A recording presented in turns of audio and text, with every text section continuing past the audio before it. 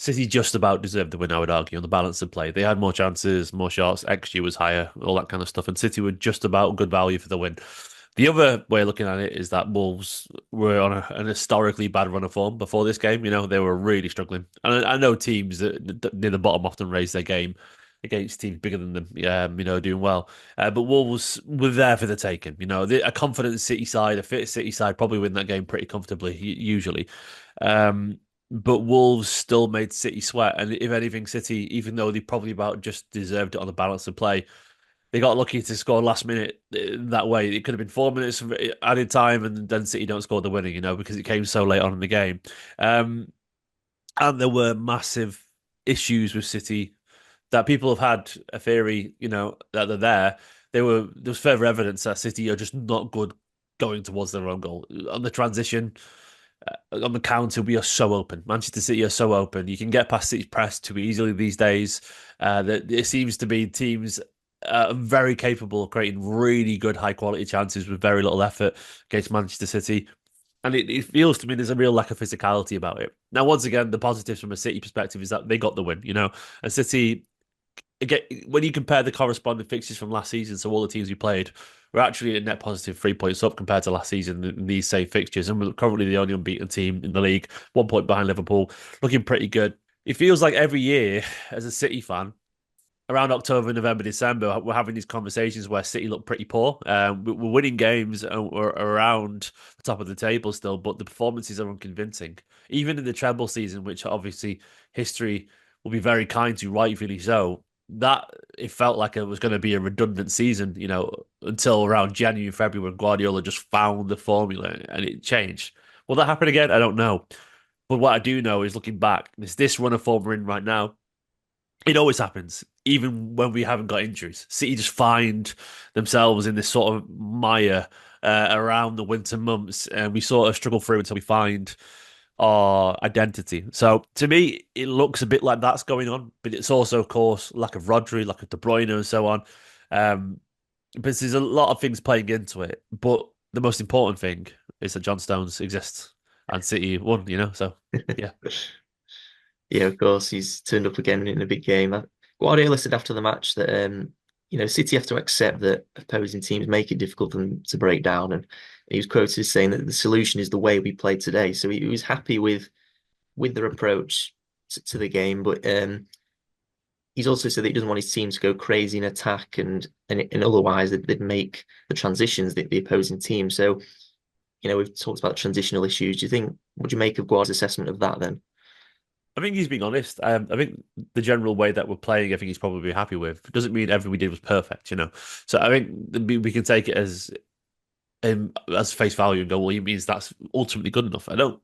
I think he means the ideas are good enough, if not the execution. And I do think that's the case here. I think ultimately it doesn't. It didn't feel great because it's Wolves and because it was tapped in because it was last minute. But the City was still territorially dominant. They were. They had all the balls. I think it was 78% possession or something like that. They did create chances. Chances were missed. Not as good chances as you'd hope for. You'd want more clear cut chances. And a lot of the City's pressure or a lot of the danger towards Wolves' goal came territorially as opposed to testing Sard. Though Sard did, of course, make a couple of really good saves from, I think it was Bernardo, and can't remember the other one was from, but it was a couple of really nice saves. So even though Guardiola's come out and said that about being happy, I think he broadly is, but I do think obviously he'll be working on things to try and improve the execution because it is a little bit rusty still. We haven't quite found the balance in midfield.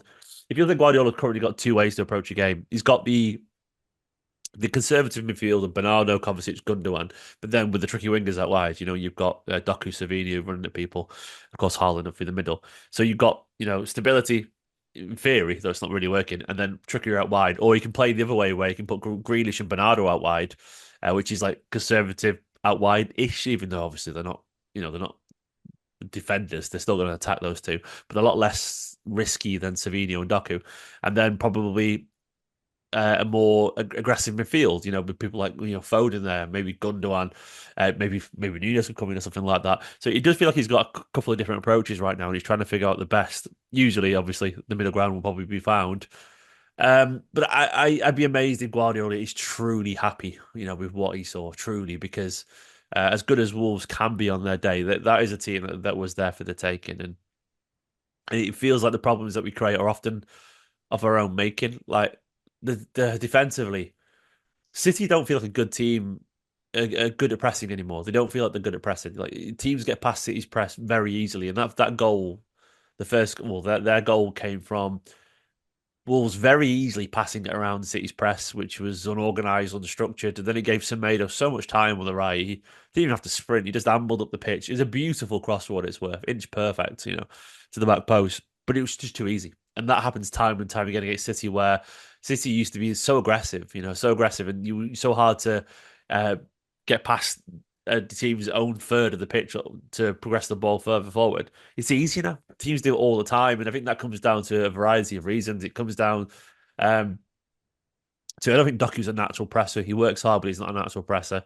Haaland has never been that great at pressing, but he needs other people around him to sort of get him going. He does try. Savinho works hard as well. But then like Gundogan, Kovacic, and Bernardo Silva, they just don't have the legs to do that. They're not they're not physical, players who are going to bully the opposition. Where you look at City, you know, at their very best, you have people like Rodri, 6'3" and strong, who knows exactly where to be at all times. Even De Bruyne he's a lot more physical than people give him credit for. He's a decent size, pushing 6 foot, strong, good turn of pace, powerful, broad shoulders. And even Phil Foden, much more energetic and lively and aggressive than say Gundogan in the press would be. So there's a real drop off there. And I think as well, defensively, um, the pace going back towards our own goal we can look a little bit sluggish. I would say Vardiol's he's got good pace, but he's not got quick acceleration, whereas Ake does, Akanji does, and I think City are missing a lot of that physicality right now in the team. So yeah, as much as Guardiola said that, and I think he's been honest. I also think he knows there's a lot of areas to improve.